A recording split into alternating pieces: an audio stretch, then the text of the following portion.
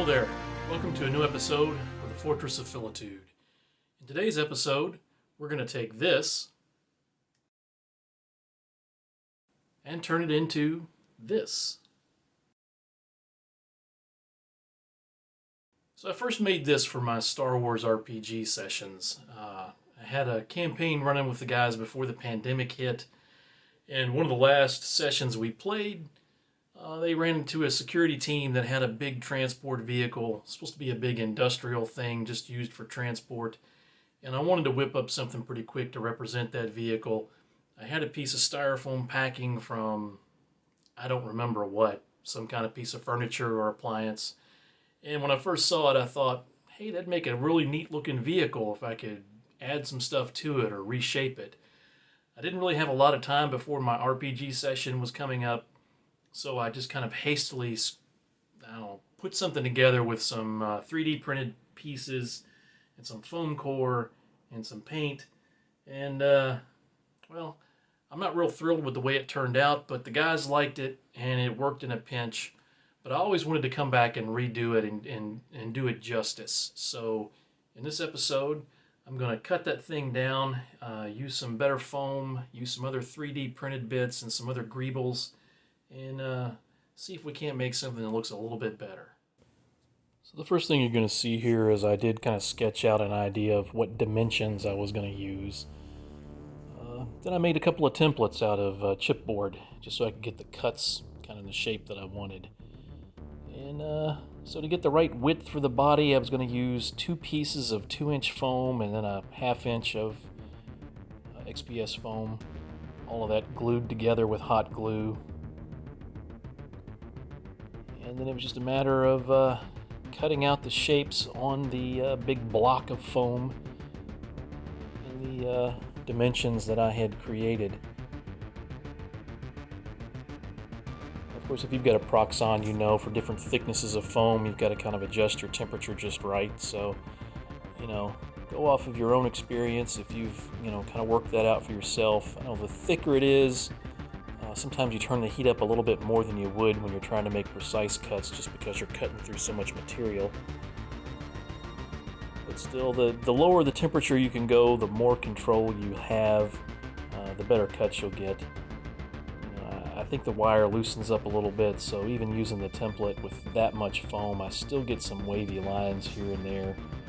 I do go back sometimes and kind of straighten some of those cuts by hand. I kind of went by a little quick there, you couldn't see, but trust me, it does not always come out perfect.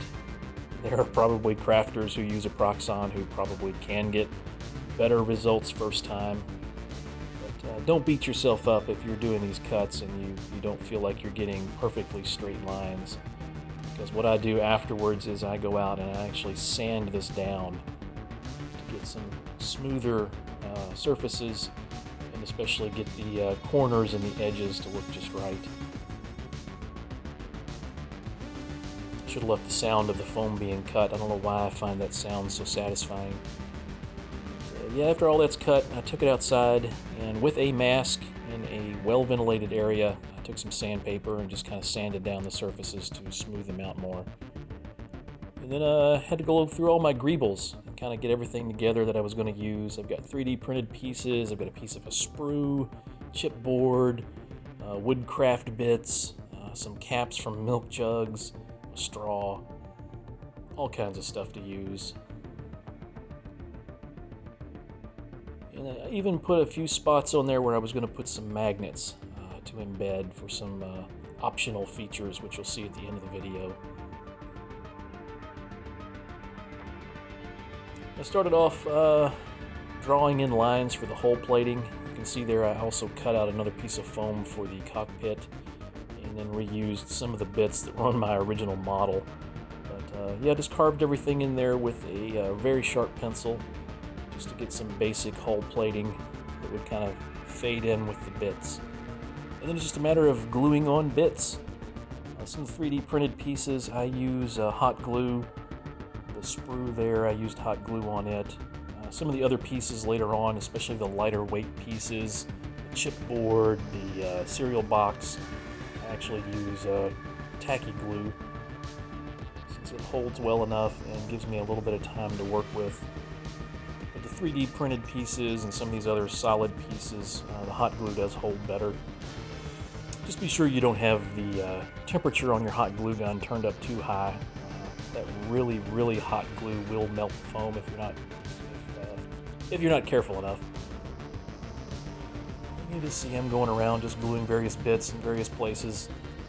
Ended up putting that straw, which will be kind of a pipe, on an area where I wasn't real happy with the detail that got carved in with the pencil, and a little too deep and a little too jagged.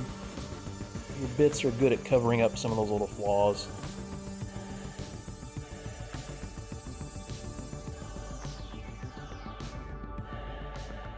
You see them taking the chipboard and the little wooden bits.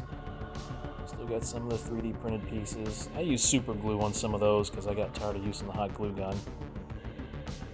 And some of those 3D printed pieces are not that heavy.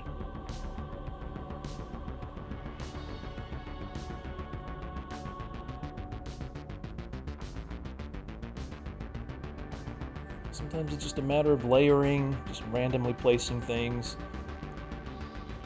And just keep going as long as you want to. Even when you think you're done, if you want to put more on there, it doesn't hurt to keep adding. The more detail you put on there, the more it's just going to show up later.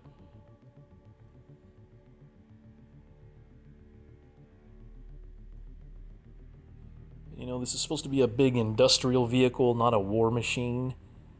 So I don't have any weapons on there. Obviously, if you're going to build something like this, you can make it whatever you want it to be. This is something that might occasionally pop up in my Star Wars campaigns whenever I need something sitting in the background, or if they're on some kind of old colony or work site or mining colony. You can always have this kind of vehicle sitting around.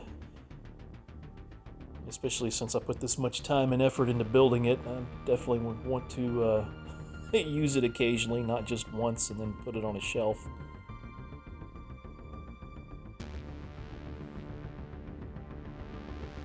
And you know, when you're putting on bits like this, there's no right or wrong way. It's just pretty much random, and just whatever you feel like looks right. Something like this, these are just details. You know, you can say different panels mean different things. Maybe they're hatchways, maybe there's control surfaces on the outside, panels that the players can hack into if they're trying to get inside the thing. You can always come up with good reasons for some of this later on, but basically you're just adding details to give it some visual interest. You don't have to worry about explaining what anything is.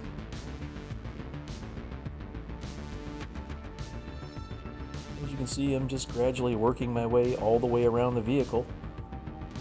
One thing I didn't do was put any detail on the bottom.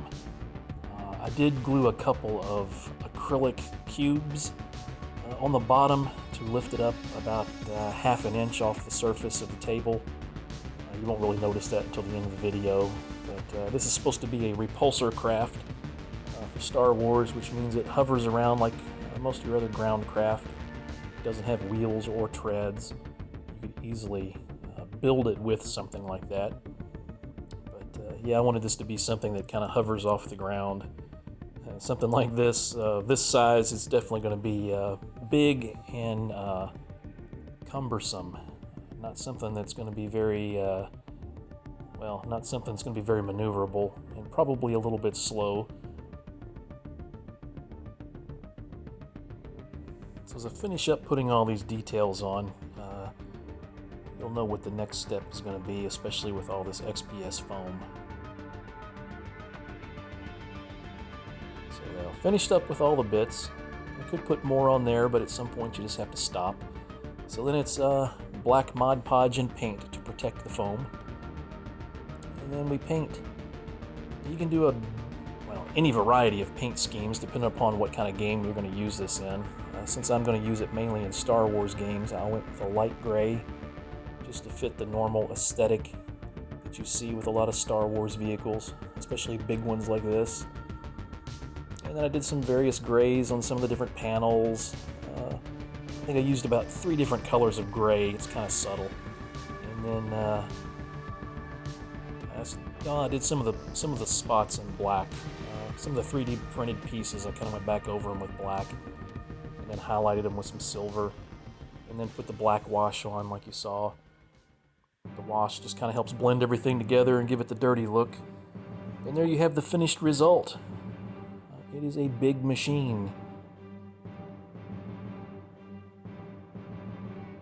Pretty happy with how it came out. I mean, it's a neat looking vehicle. You could turn this into something different if you're playing a different game. If you remember, I did put the magnets on there to give it some optional features. So I made a little gun turret to put on the back, a heavy repeating blaster. You can actually cut a figure down and put the upper torso of a figure on there if you wanted to.